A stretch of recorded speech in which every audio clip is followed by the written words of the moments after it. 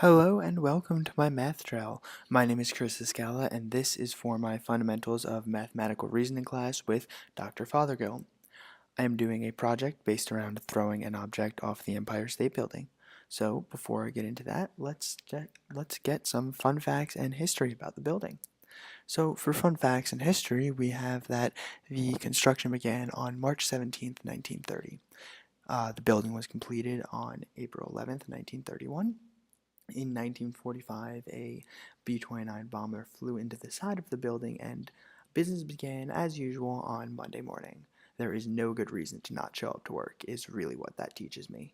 Up next, we have in 1950, the iconic antenna was added on top, and it was declared one of the seven wonders of the world in 1955.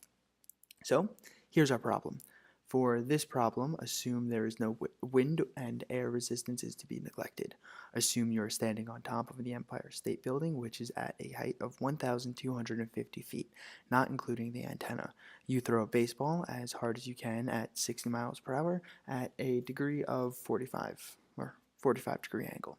So we have two problems to solve here. One, how long does it take for the ball to hit the ground? And two, how far does it go? So let's get to work.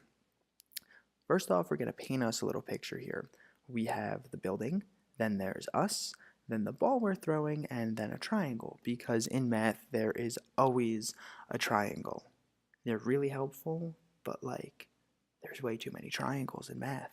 So now we're going to get along to listing our knowns.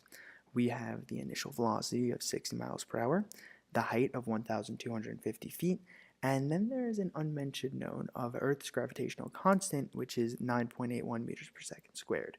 However, we are going to be using it in our problem as negative 9.81 meters per second squared because it is pulling the ball down towards Earth, so that makes it negative. And up next, we are going to consider the fact that this is a right triangle where you can see that nifty little right angle at side C, or angle C, and that means that our other two angles of A and B are each going to be 45 degrees. Interior of a triangle needs that up to 180 degrees. So now up next, we are going to figure out our equation.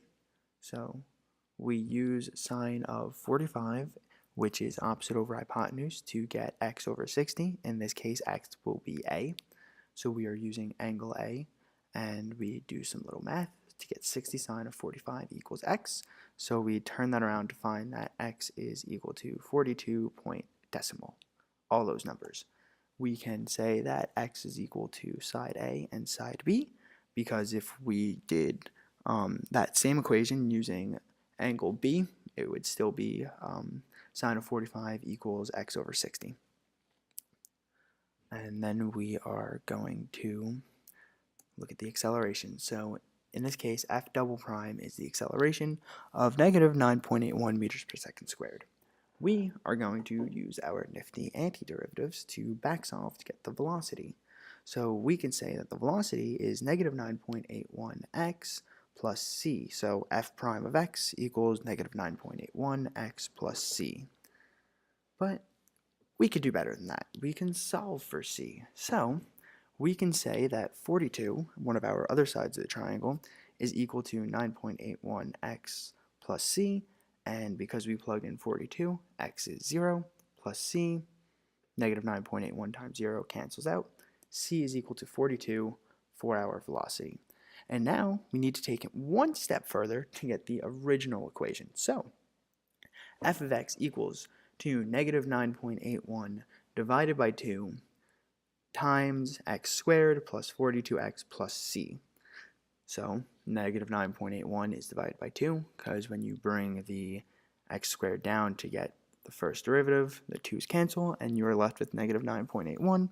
42x, that when you take the derivative of 42x, you just get 42. And then plus c, because, well, there could have been another number in there, and in this case, there was. That other number is our height of 1,250 feet. So what do we do from here? We use the quadratic formula, the formula I will never remember. So here it is. X equals negative b plus or minus the square root of b squared minus 4ac all divided by 2a. let's look at it. There's our formula, and here's the quadratic formula. The top instance, we have it adding, and the bottom instance, we have it subtracting. Let's see what they equal. So the first instance, when they add, gives us a negative time. That can use negative time. It's not something we're looking at in this equation, and something I am not forward to looking at in math. Doesn't sound like fun. We're going to be sticking with the bottom equation of 20 seconds. Could round up and say 21, but I didn't.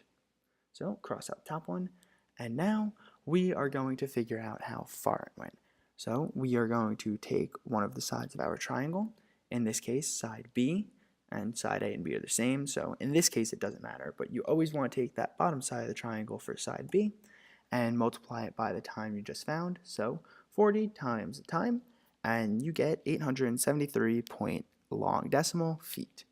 And those are our answers, so let's make it a little easier to read. Answers.